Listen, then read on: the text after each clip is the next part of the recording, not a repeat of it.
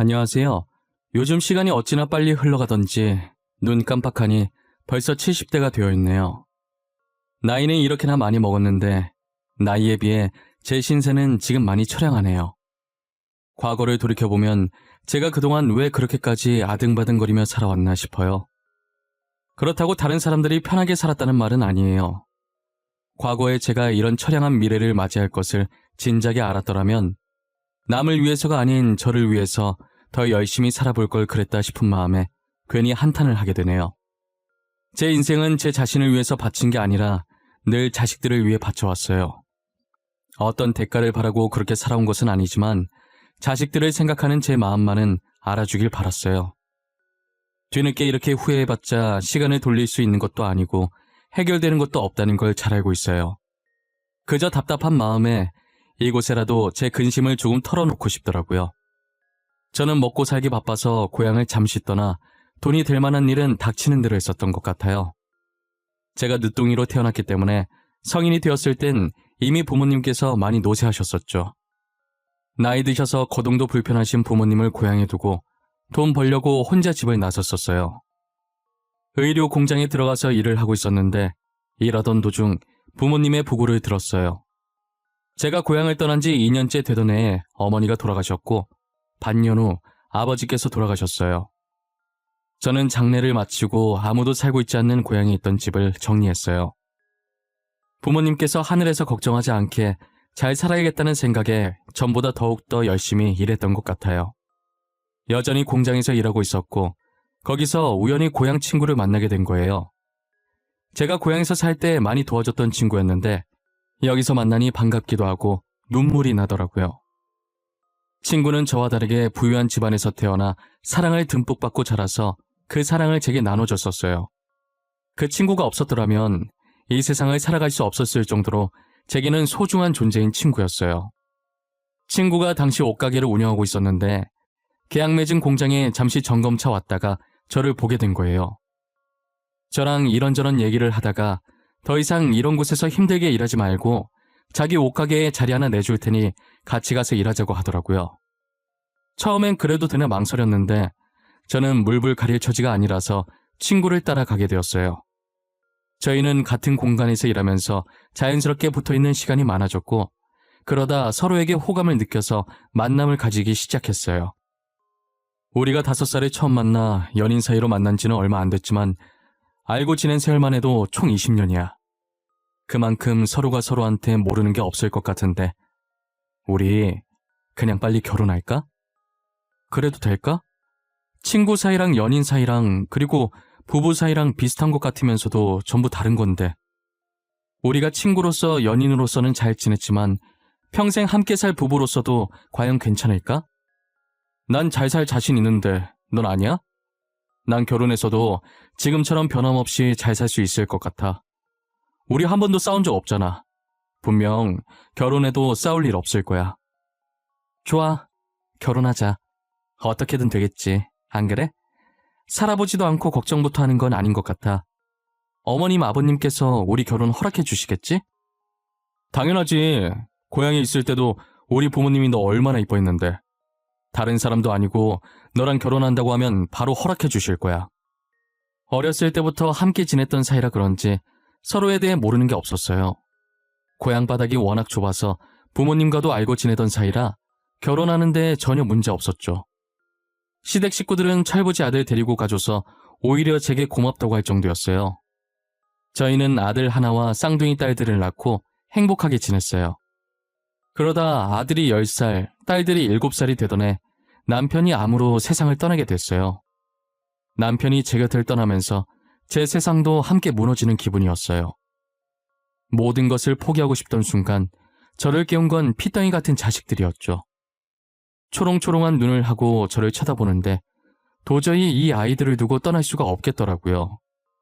저는 그날 이후로 제게 남은 인생은 오로지 자식들을 위해서 살아가기로 마음먹었어요.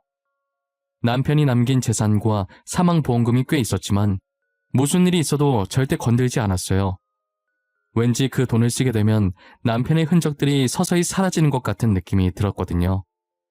남편이 하던 옷가게도 제가 계속 운영하고 싶었지만 사업을 해본 경험도 없었고 남편이랑 같이 일해봤자 잡다한 일만 했어서 아는 게 아무것도 없었죠. 그래서 가게를 처분하고 그 돈으로 조그만 땅을 하나 사놨어요. 혹시 몰라서 나중에 유용하게 쓸 수 있지 않을까 싶었거든요. 하지만 훗날 저는 이 땅 때문에 머리 아플 일이 생기고 말았죠. 저는 제 힘으로 아이들을 키우기 위해 또다시 닥치는 대로 일을 하기 시작했어요. 식당 일부터 시작해서 건물 청소까지 막노동 빼고 할 수 있는 일은 다 해본 것 같아요. 아들, 딸들은 제가 악착같이 일하면서 자신들을 키우니 처음엔 돈 없어서 그런 줄 알았대요. 어렸을 때부터 저희 집은 가난하니 커서 어머니께 효도해야겠다는 생각을 했다더라고요. 아이들이 그렇게 생각하고 있었을 정도로 저는 일만 하며 열심히 살았었어요. 그래도 굳이 이렇게까지 해야 하나 싶겠지만 일을 하지 않으면 계속 남편 생각이 났고 저도 남편 따라 떠나버리면 아이들 혼자 남게 되니까 그게 겁이 났어요. 암으로 남편을 잃어보니 자식들은 공부 못해도 건강하기만 했으면 좋겠더라고요. 저는 스트레스도 병의 원인이 되니까 공부하라고 잔소리를 한 적이 단 한 번도 없어요. 오히려 하고 싶은 것 하면서 놀라고 했는데 아이들 스스로 공부를 하고 있더라고요. 아버지 없다고 불평하지 않고 사춘기 없이 잘 커주는 아이들이 너무 기특했어요. 저는 아이들에게 차별 없이 대하려고 하는데 그래도 아들이 장남이고 나중에 아들이 가장 노릇을 해야 하니 딸들보다는 조금 더 신경 썼던 것 같아요. 그렇다고 자식들이 싸울 때 아들 편만 들고 먹을 것을 아들에게 조금 더 주고 그런 게 아니라서 딸들은 아들만큼 신경 써주진 못했는데도 저를 이해해주고 알아서 잘 커주더라고요. 아이들이 워낙 착해서 저는 크게 어려움 없이 혼자서도 자식 셋을 키울 수 있었어요. 아들은 고등학생 때 뉴스를 보고 범죄 없는 세상에 살고 싶다며 경찰이 되었고 딸들은 쌍둥이 아니랄까봐 다른 과지만 똑같이 의사가 됐어요. 아버지처럼 저도 나중에 아프게 되면 치료해주고 싶었다더라고요. 그러다 아들이 경찰 생활을 하던 도중에 범인을 쫓다가 다리를 크게 다쳐서 뛸 수 없게 된 거예요. 불행 중 다행인 것은 걷는 데에는 아무 지장이 없어서 일상생활에는 문제가 없었죠. 결국 아들은 경찰을 그만두고 법학과 대학 교수로 직업을 바꾸게 되었어요. 이 상황을 되게 덤덤하게 받아들이는 것 같았지만 지켜보는 제 마음은 편치 않더라고요.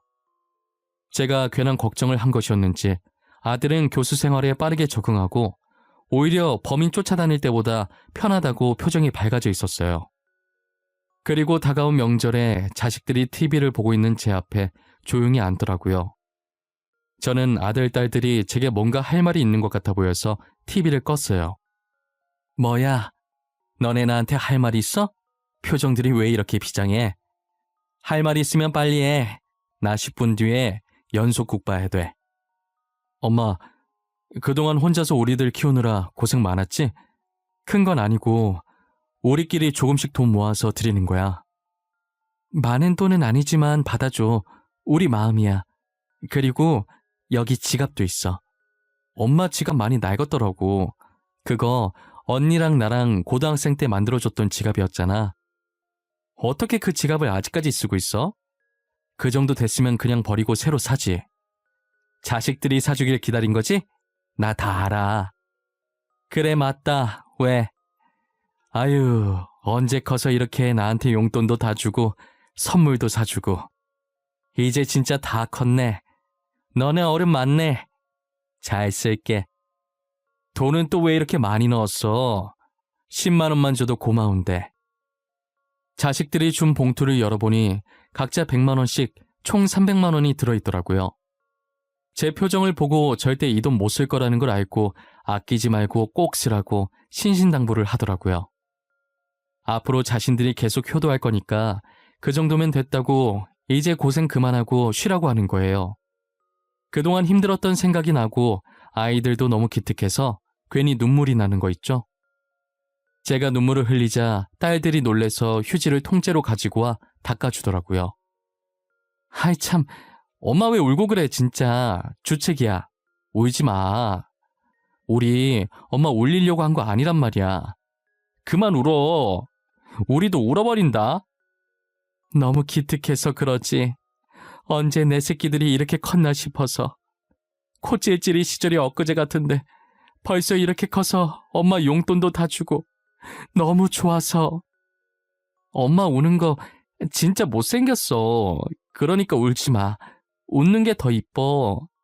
앞으로 우리가 엄마한테 받은 거 다 돌려줄 거야. 용돈도 많이 줄게. 우리 의사야. 잘 나가.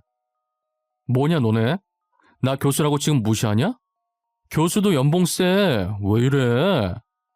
엄마, 나도 용돈 많이 줄게. 그러니까 이제 일 그만하고 쉬어. 그래, 알겠어. 내가 자식 농사 하나는 정말 잘했네. 너네 없었으면 내가 어떻게 살았을까? 아마 이 세상에 없었을 거야.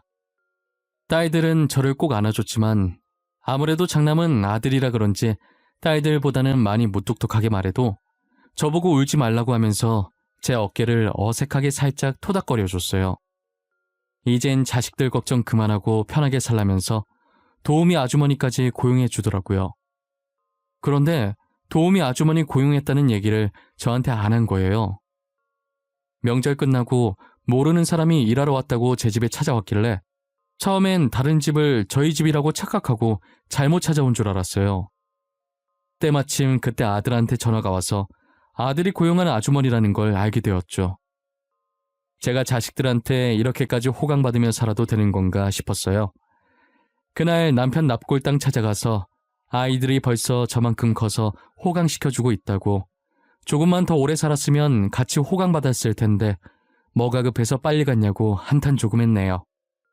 자식들이 성인 된 게 엊그제 같은데 벌써 20대 중후반이 되어 하나둘씩 결혼을 하기 시작하더라고요. 딸들은 아무래도 병원에만 온종일 붙어 있으니 자연스럽게 같은 병원 의사 남편들을 만났어요. 저를 닮아 남자 보는 눈이 좋았던 건지 사위들이 다 착하고 순하더라고요. 장모님이라고 어렵게 생각 안 하고 농담도 잘하고 애교도 많아서 저도 아들처럼 아껴주었어요. 이제 딸들은 다 시집가고 아들 결혼만 남았었는데 연애를 하는 건지 마는 건지 도통 모르겠더라고요. 솔직히 말하면 딸들은 전혀 걱정이 안 됐고 아들을 제일 걱정했었어요. 무뚝뚝해서 결혼도 못하고 혼자 늙을 것만 같았거든요. 그런데 왼쪽 약지 손가락에 반지가 있는 거 보면 누군가를 만나고 있는 것 같긴 한데 먼저 말 꺼내면 너무 결혼하라고 보채는 것 같아서 말도 못하고 혼자서 생각만 하고 있었어요. 혹여나 손가락에 반지가 사라지면 어쩌나 쓸데없는 걱정도 많이 했네요. 아들이 제 생각을 읽은 건지 드디어 결혼하고 싶은 여자가 있다고 소개시켜준다는 거예요. 저는 떨리는 마음으로 며느리가 될 아이를 맞이했어요. 어떤 며느리가 들어오든 착하기만 하면 뭐든 다 해줄 예정이었어요. 아들도 동생들 남편처럼 참하고 순해 보이는 예비 며느리를 데리고 왔더라고요. 말하는 것도 어쩜 그리 이쁘게 하는지 저 아이라면 저희 아들을 믿고 맡길 수 있을 것 같아 결혼을 찬성했죠. 하지만 지금은 그때의 제 선택을 너무나도 후회하고 있어요. 시간을 돌릴 수만 있다면 아들의 결혼을 결단코 반대했을 거예요. 아들과 며느리는 결혼하고 나서 너무 잘 지내더라고요. 껌딱지처럼 붙어서 서로 아껴주고 사랑해주는 모습이 정말 보기 좋았어요. 결혼한 지 4개월 정도 지났을 때쯤 며느리의 임신 소식이 들리더라고요. 아들과 제 사이가 멀어지기 시작한 건 그때부터였어요. 매일같이 연락을 하던 아들 녀석이 며느리가 임신하던 순간부터 뜸해지더라고요. 매달 주던 용돈도 끊기고 본가를 방문하는 횟수도 줄어드는 거예요. 용돈이야 제가 가지고 있는 돈이 있으니 안 준다고 해서 그렇게 서운하지 않았어요.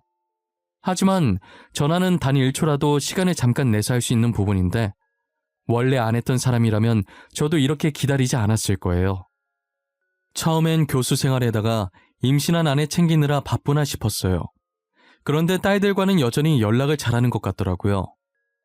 딸들도 아이를 낳았던 터라 궁금한 게 있으면 바로바로 딸한테 물어보는 것 같았어요.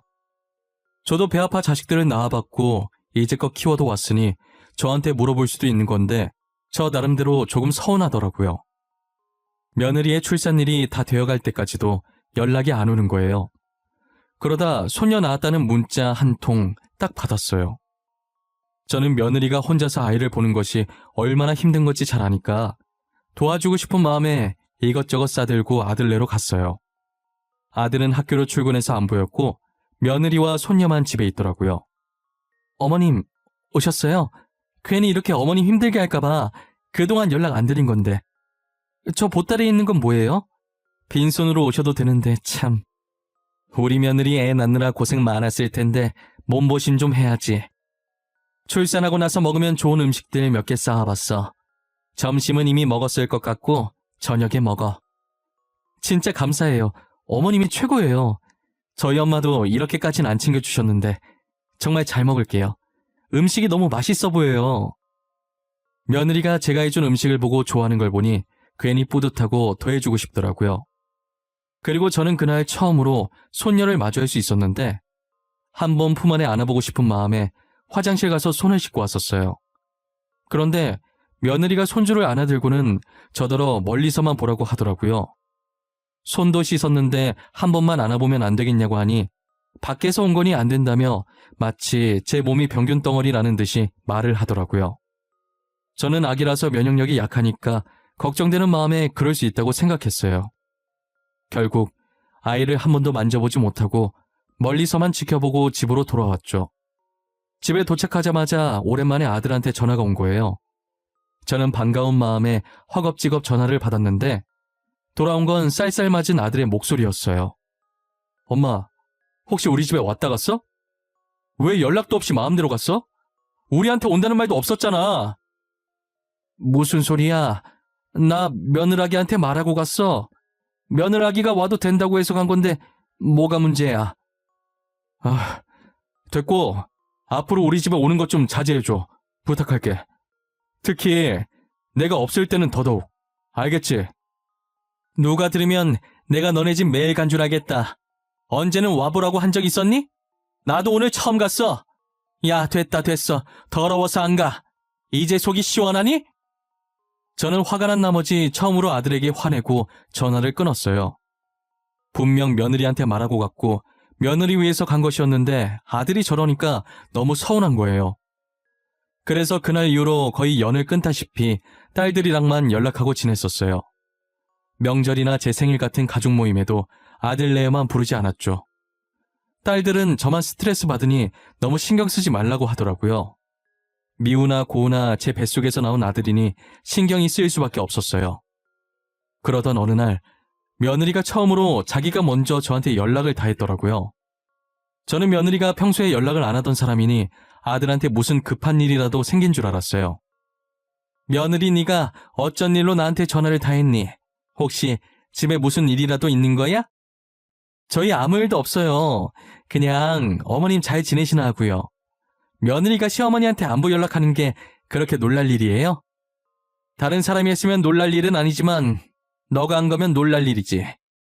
너가 나한테 전화했던 적 한 번도 없었지 않니? 아, 제가 그랬나요? 앞으로는 전화 자주 드릴게요. 그동안 제가 애 키우느라 바빠서 연락을 못했어요. 어머님이 이해해 주세요.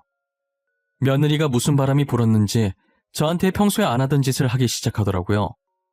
처음엔 철들어서 어른들한테 잘하기로 한 건가 했는데 지나고 보니 아니었어요. 어떻게 알았는지는 모르겠는데 제가 땅을 가지고 있다는 것을 알고 그런 거였어요. 은근슬쩍 제가 가지고 있는 땅 사진을 가지고 와서는 조만간 재개발 들어가서 땅값 비싸진다는데 여기 땅 주인은 좋겠다면서 저한테 직접 땅 주인임을 확인받으려고 하는 거예요. 저는 그것도 모르고 순진하게 여기 내 땅인데 진짜 재개발하냐고 물어봤죠. 저한테 사실 확인을 받고 나서부터 아양 떠는 게 점점 더 심해졌었어요. 지금 땅 파는 게 제일 좋다는 둥, 나중에 다시 땅값 내리면 그때 똥값이라는 둥 혼자 난리더라고요. 저는 며느리의 말이 맞는지 부동산에 찾아가니 진짜 재개발로 인해 땅값 시세가 올랐다고 하는 거예요. 시세가 떨어질 수도 있냐고 했더니 땅값도 주식이랑 비슷해서 떨어질 가능성도 있는데 당분간은 계속 상승세일 것 같다고 하더라고요. 저는 고민 끝에 땅을 팔지 않고 일단은 가지고 있기로 결정했어요. 며느리는 저희 집에 꿀 발라 놓은 사람 마냥 출근 도장 찍듯 매일 왔었어요. 처음엔 저를 시어머니로 봐주는 것 같아 좋았는데 이제 슬슬 귀찮아지더라고요. 하루 종일 옆에 앉아서 제 땅 얘기만 하는데 귀 아파 죽을 것 같은 거예요. 아들한테 전화하면 괜히 부부싸움만 될 것 같아서 그냥 참고 지냈어요. 아들과 싸운 후로 한 번도 연락한 적 없었는데 어느 날 아들한테 먼저 전화가 온 거예요. 엄마, 잘 지내? 오랜만에 연락하네. 사실 엄마한테 미안해서 전화할까 말까도 많이 망설였어. 근데 연락 안 하면 안 될 것 같아서 나중에 후회할 것 같아. 엄마가 돼서 아들이랑 연 끊고 잘 지냈겠니? 왜 전화했는데? 나한테 할 말이 있어서 전화한 거 아니야? 엄마 성질 급한 거 알지? 빨리 말해. 엄마, 그게 있잖아. 본가에 아직 별일 없지? 요즘 지연이가 엄마 집 자주 가? 매일 가는 걸로 알고 있는데. 꼭 무슨 일 생길 것 같이 말하네. 그래, 무슨 바람이 불었는지 요새 우리 집에 매일 오더라. 무슨 꿍꿍이 있는 게 아닌가 싶더라니까. 혹시 지연이가 엄마한테 별말 안 해? 이상한 얘기 같은 거 안 해? 재개발 중인 땅이라든지. 네가 그걸 어떻게 알아? 안 그래도 내가 너네도 모르는 땅이 하나 있거든. 걔가 그걸 어떻게 알았는지 그 땅 사진을 들고 와서는 재개발해서 땅값이 올랐니 어쩌니 그러던데. 엄마, 지연이가 그 땅 팔라고 해도 절대 팔지 마. 계속 들고 있어. 그리고 어디 투자하라고 해도 절대 그러지 마. 알겠어? 저는 아들을 통해 며느리에 대한 충격적인 이야기를 들었어요.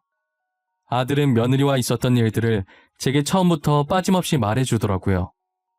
며느리는 아들이 대학 교수니까 당연히 돈이 많은 집안의 아들일 것이라고 생각했고 저희 집안 재산을 노리고 일부러 아들한테 접근을 한 거예요.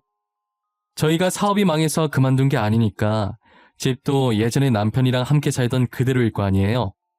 정원 딸린 2층 집이라 며느리는 당연히 자기가 예상했던 대로 저희 집이 부자라고 생각했던 거고요. 그런데 아들은 제가 온갖 일을 해가며 고생해서 자식들을 키웠다는 것만 알지 조그만 땅 하나와 남편의 재산을 가지고 있다는 건 모르잖아요. 물론 딸들도 마찬가지고요. 며느리가 자기 친구들에게 아들을 부잣집 아들이라고 치켜 세울 때마다 아들은 어머니께서 힘들게 자신들을 키웠다고 가진 게 없다고 말했다더라고요. 아들만의 이득 볼 게 없다고 생각한 며느리는 괜히 시집살이를 빌미로 이혼을 하려고 한 것 같았어요.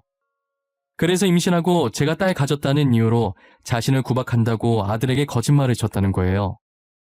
아들은 보통의 시어머니와 며느리 사이에서 충분히 일어날 수 있을 법한 일이니 당연히 며느리 말을 믿어줬다고 하더라고요.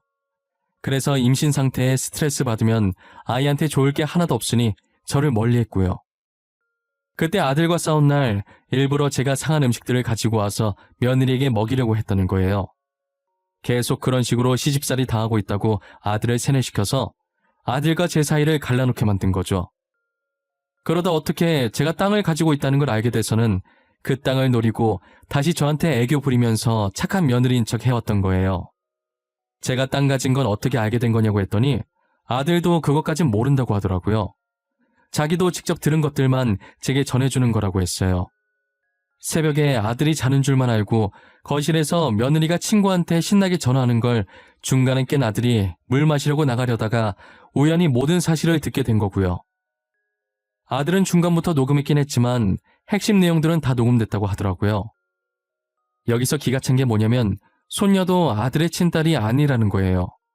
진짜 막장 드라마도 이 정도까지 막장이진 않을 겁니다.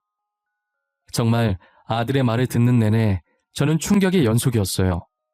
아들은 그동안 며느리 말만 믿고 제 가슴에 대못을 박았다며 정말 미안하다고 우는 거예요. 숨이 넘어갈 듯 우는 아들의 목소리를 가만히 듣고 있어야 하는 제 심정은 오죽했을까요? 자식은 부모를 버려도 부모는 자식을 못 버린다는 말이 있잖아요. 그 말처럼 저도 부모가 돼서 어떻게 제 핏줄을 미워하겠어요. 울고 싶을 땐 울게 놔둬야 한다는 생각에 아무 말도 안 하고 다 울 때까지 기다려줬어요. 다 울었어? 울고 싶을 땐 마음껏 울어야 돼. 안 그럼 속에서 골마. 아들아, 내일 당장 이혼 소송이랑 상간남 소송 준비해. 아직 아이 친아빠 만나고 있을 거 아니야. 응, 안 그래도 불륜 증거도 다 모아놨어, 엄마. 내가 못난 아들이라 너무 미안해. 엄마가 나를 어떻게 키웠는데 못난 모습만 보이고.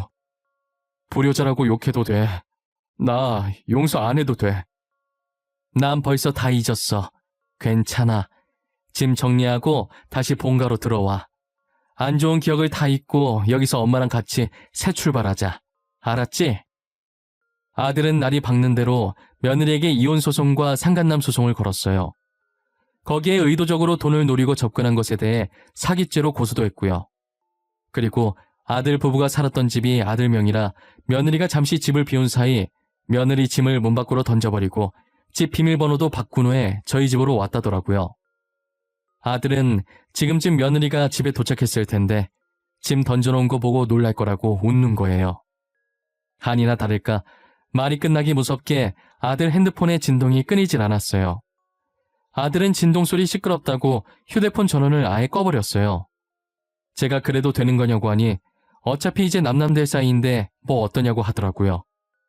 저랑 영 끊을 때도 느꼈고 지금도 느끼는 거지만 저희 아들은 맺고 끊음이 참 정확한 아이인 것 같아요. 아들은 며느리와 이혼하고 교수 생활을 하면서 심리학 공부를 하고 있는 것 같더라고요. 갑자기 왜 심리학 공부를 하냐고 했더니 세뇌를 당해보니까 그냥 하고 싶어졌다고 하는 거예요. 그리고 그쪽으로 직업을 바꿀 생각도 하고 있는 것 같아 보였어요. 사람의 심리를 며느리처럼 나쁜 쪽으로 이용하지 않고 좋은 쪽으로 만들고 싶다고요. 저는 이제 아들이 무엇을 하든 옆에서 묵묵히 응원해 주려고 해요.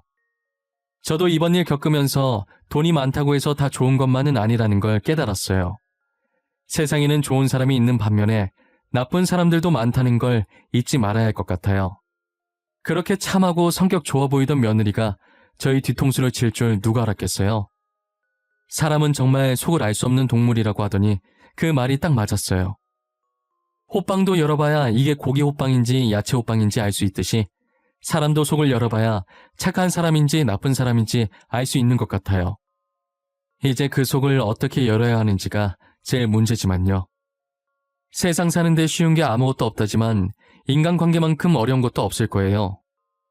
이 나이 먹은 저도 잘 모르겠는데 제가 살아온 세월에 겨우 반밖에 안 산 저희 아들이 어떻게 알겠어요.